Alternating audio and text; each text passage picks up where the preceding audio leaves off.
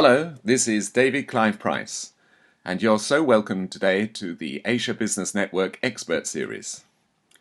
Coming up, we're going to talk about winning in Southeast Asia business and how you can grasp the opportunities on offer in one of the world's most dynamic regions. And we have an awesome guest in the experts chair today. It is Paul Edwards.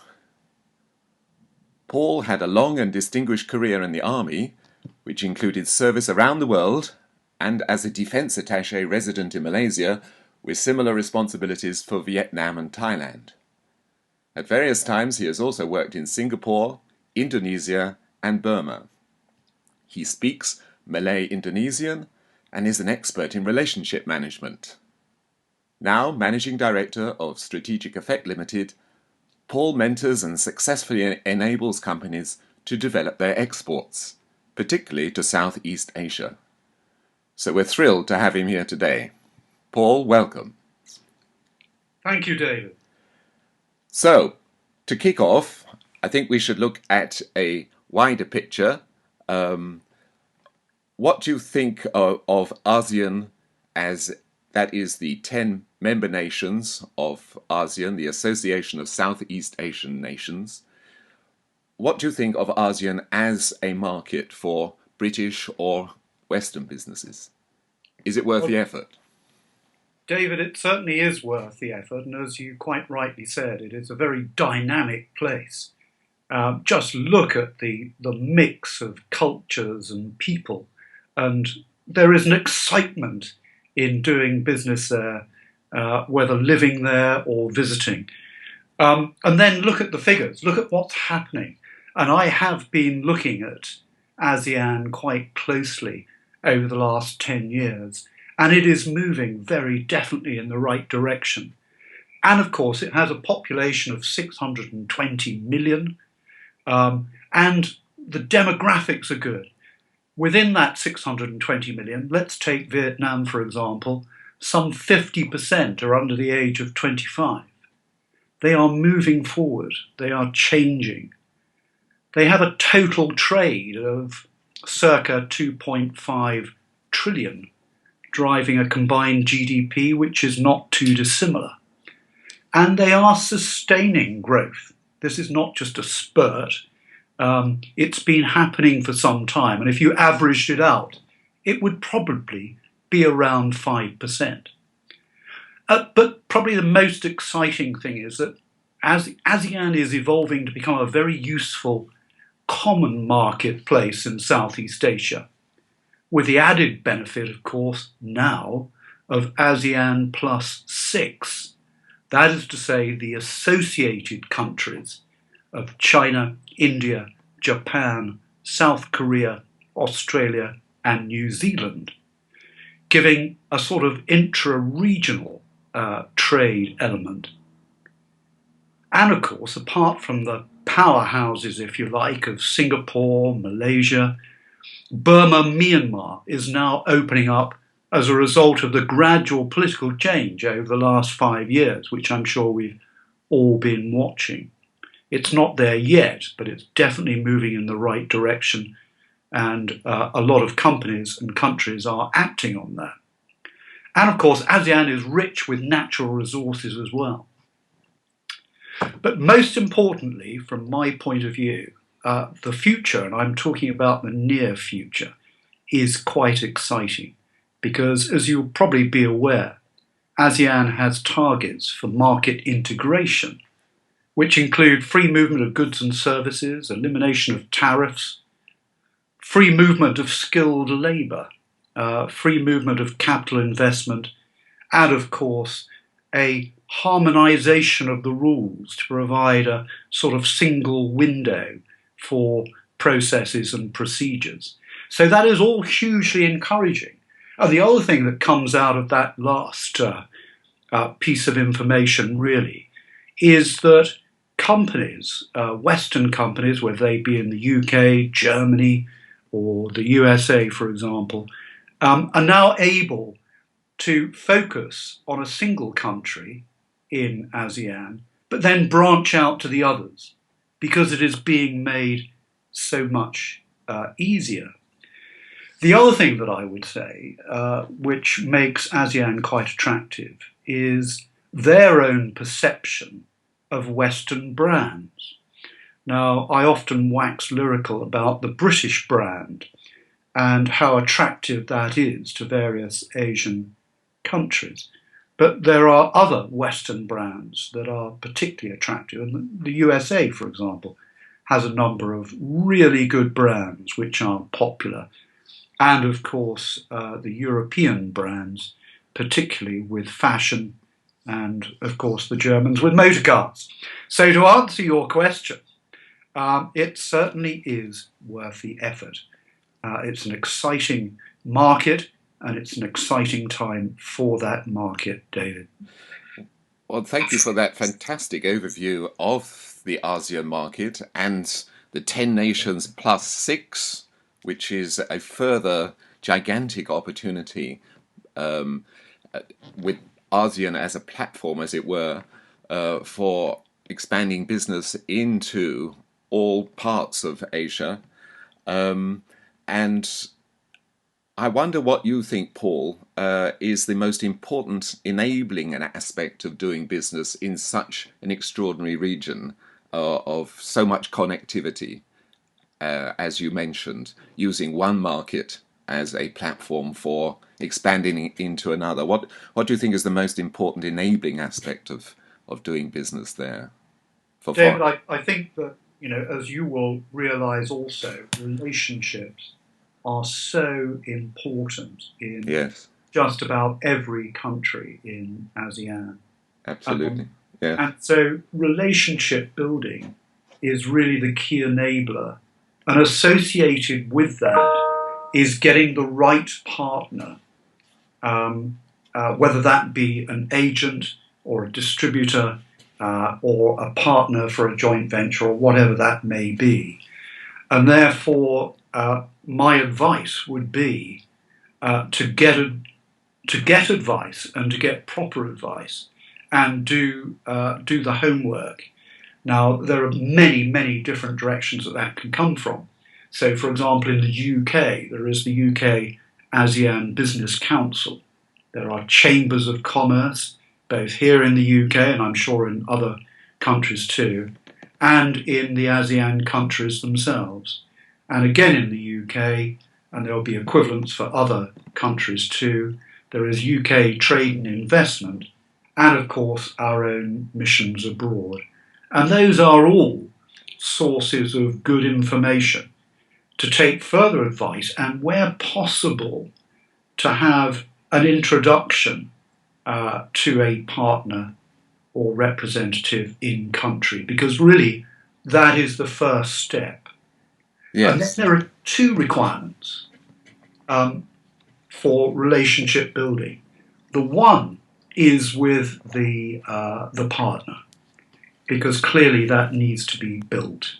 And there is another type of relationship which needs to be built with the potential customers.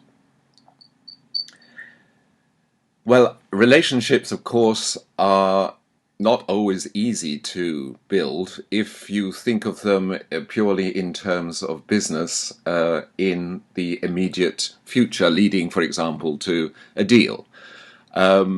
Do you see there are particular aspects of building relationships in ASEAN that are different, slightly different, or a lot different to the way that we make our own business relationships in Western countries? And is this an important factor for building up business going forward? David, it's hugely important.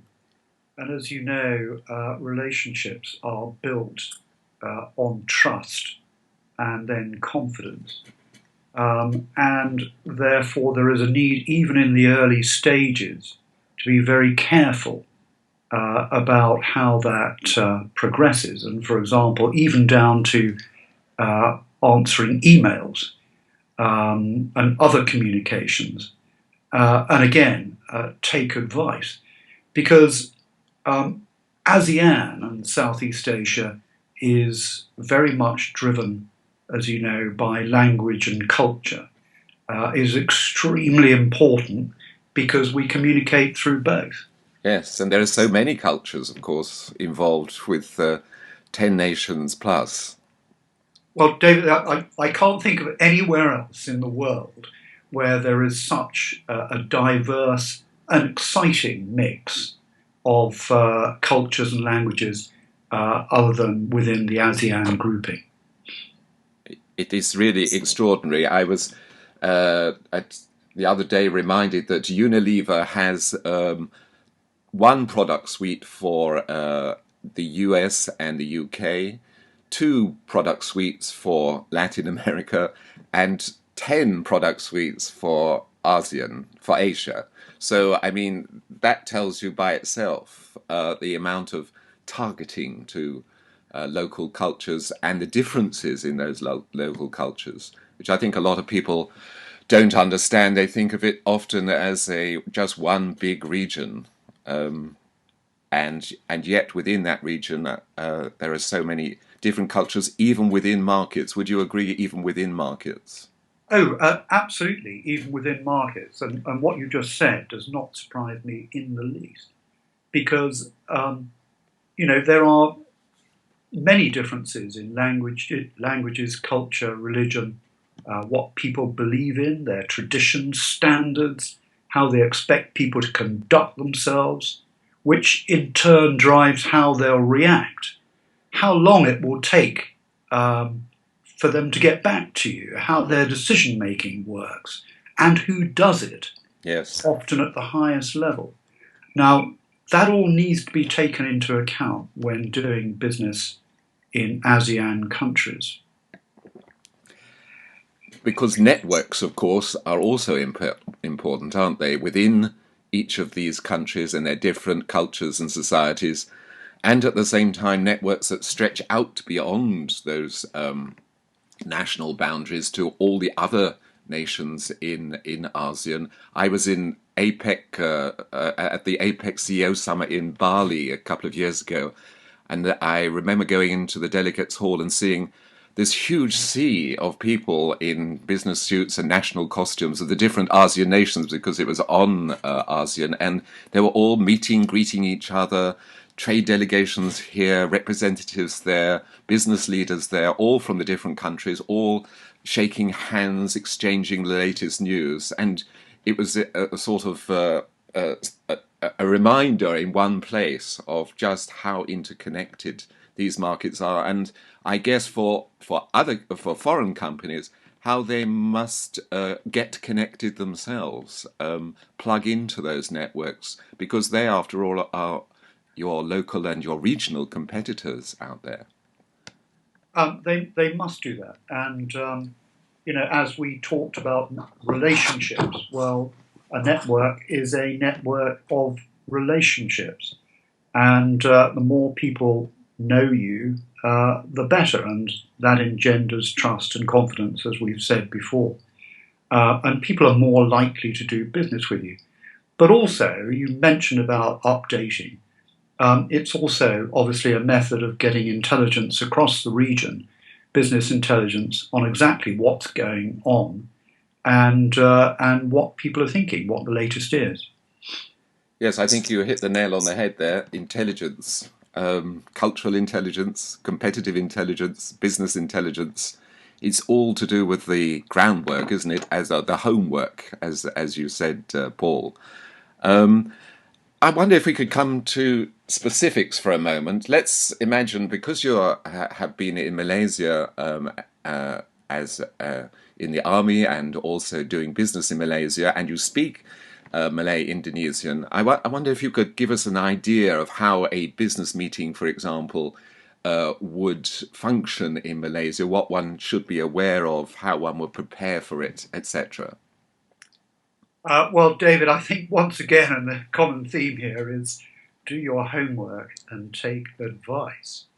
And the first part of that homework should really be about when to go and have that meeting. So, to the likes of you and I, we would we would see it quite obvious to avoid Ramadan. Right. And as you know, certainly in Malaysia, with a majority population of Muslim, it is quite important. And this month, of course, on the 18th, Ramadan starts, 18th of June.